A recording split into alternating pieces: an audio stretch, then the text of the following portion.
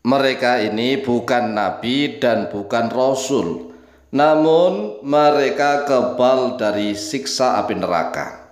Mereka masuk ke dalam neraka, tetapi neraka tidak berani menyentuh kulitnya. Neraka sungkan, neraka takut kepada orang-orang ini. Lalu siapakah orang-orang yang masuk ke dalam neraka?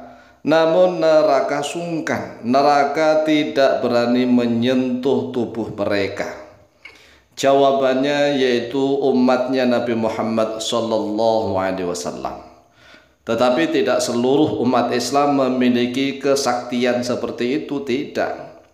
Ini umatnya Nabi Muhammad sallallahu alaihi wasallam yang memiliki kesaktian luar biasa. Benar-benar sakti. Karena masuk ke dalam neraka, jenis neraka seperti apapun tidak mempan kepada kulitnya. Neraka yang paling panas, neraka yang cairan paling mendidih, semuanya tidak mempan. Tidak mempan. Yaitu umatnya Nabi Muhammad sallallahu alaihi wasallam yang memiliki kemuliaan menjadi kekasih-kekasih Allah, menjadi wali-wali Allah. Hadisnya sahih riwayat Imam Bukhari nomor hadis 4581, dan juga riwayat Imam Muslim nomor hadis 183 dari Abu Sa'id Al-Khudri radhiyallahu anhu. Rasulullah sallallahu alaihi wasallam menjelaskan bahwa sangat menganehkan, sangat mengherankan, sangat menakjubkan umatku kelak di yaumil qiyamah, ada orang-orang yang senantiasa memikirkan saudaranya. Jadi umatnya Nabi Muhammad SAW itu yang menjadi para ulama yang alim, yang soleh, yang takwa kepada Allah. Kelak di yaumil qiyamah, walaupun mereka sudah masuk surga, itu mereka memikirkan teman-temannya, memikirkan saudara-saudaranya, bahkan memikirkan kenalan-kenalannya. Hanya orang-orang yang dikenal tetapi sesama muslim, mereka yang sudah masuk ke dalam neraka, disiksa di dalam neraka karena dosanya terlalu banyak. Namun para ulama-ulama ini, para wali-wali Allah ini memohon kepada Allah agar mereka diberikan kekuatan, kesaktian, ya, kesaktian yang hakiki. Mereka bisa masuk ke dalam neraka, mencari teman-temannya, mencari saudara-saudaranya yang disiksa di neraka, agar dikeluarkan dan dimasukkan ke dalam surga. Ini sungguh keajaiban yang sungguh luar biasa.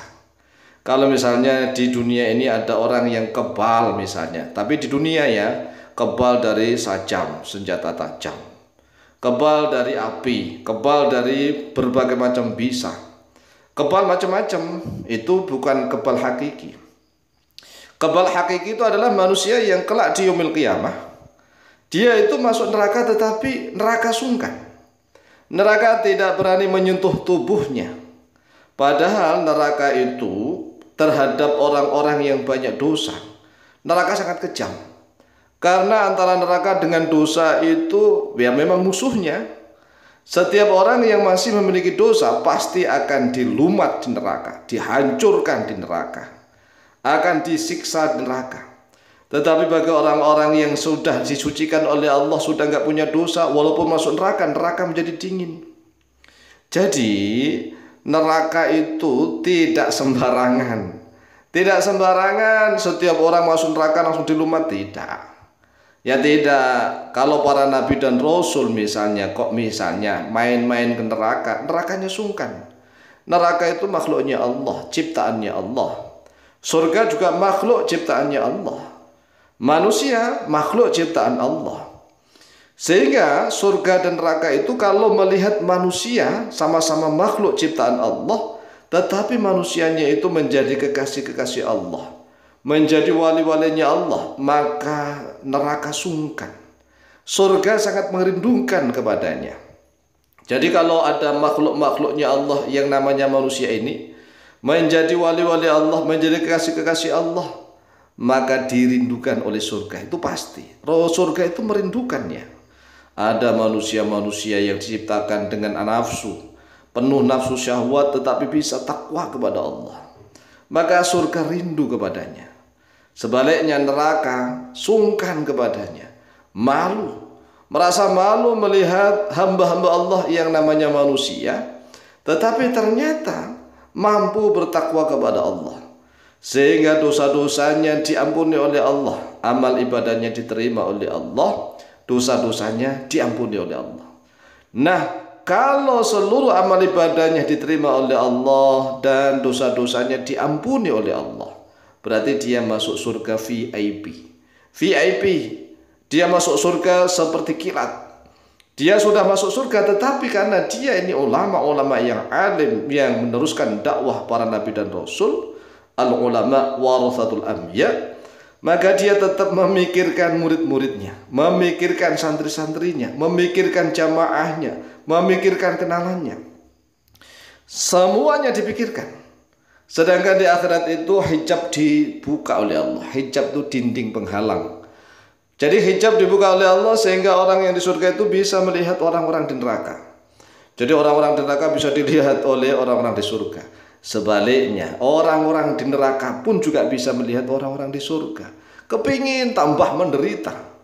Orang yang di neraka itu sangat menderita, haus, kepingin minta minuman dari surga, malah tambah nggak dapat. Menderita, sangat menderita. Namun hamba-hamba Allah yang menjadi kekasih-kekasih Allah, wali-wali Allah, al-ulama warathatul anbiya ini diberikan kesaktian oleh Allah, diberikan syafaat setempel Rasulullah, kemudian mereka diperintahkan oleh Allah untuk menuju ke neraka. Menuju ke neraka untuk apa? Apakah dihukum? Tidak. Tidak dihukum, tidak disiksa. Lawang neraka otomatis sungkan.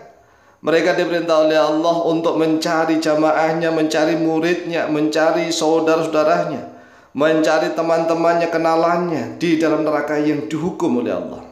Kemudian ditarik satu-satu ke dalam surga. Dan Allah senantiasa menyuruh mereka untuk kembali lagi. Kembali ke neraka, cari saudara-saudaramu, mungkin ada yang masih tersisa di neraka. Kemudian mereka mencari saudara-saudaranya di sudut-sudut neraka itu.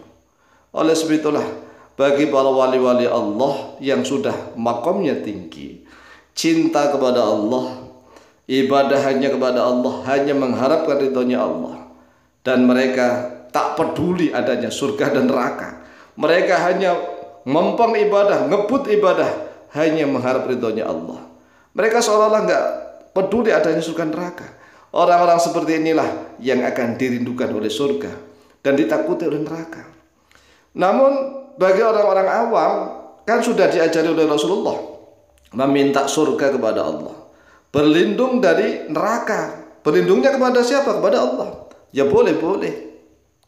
Karena yang diminta Allah, yang diminta perlindungan juga Allah. Jadi Rasulullah SAW itu seorang guru yang bisa mengajari orang-orang awam sampai orang-orang yang paling khusus sekalipun. Sehingga boleh orang-orang yang senantiasa ibadah hanya mencari ridhonya Allah boleh, dan orang-orang yang berdoa memohon surga kepada Allah juga boleh. Jadi ini dua hal yang sama-sama boleh. Tetapi kalau boleh, kalau boleh naik ke makom yang lebih tinggi. Dalilnya sekali lagi lihat di dalam hadis riwayat Imam Bukhari nomor hadis 4581 dan Imam Muslim nomor hadis 183 dari Abu Sa'id Al-Khudri radhiyallahu an. Demikian, semoga manfaat dan barokah, lebih kurangnya mohon maaf. Wallahu taala a'lamu bishawab.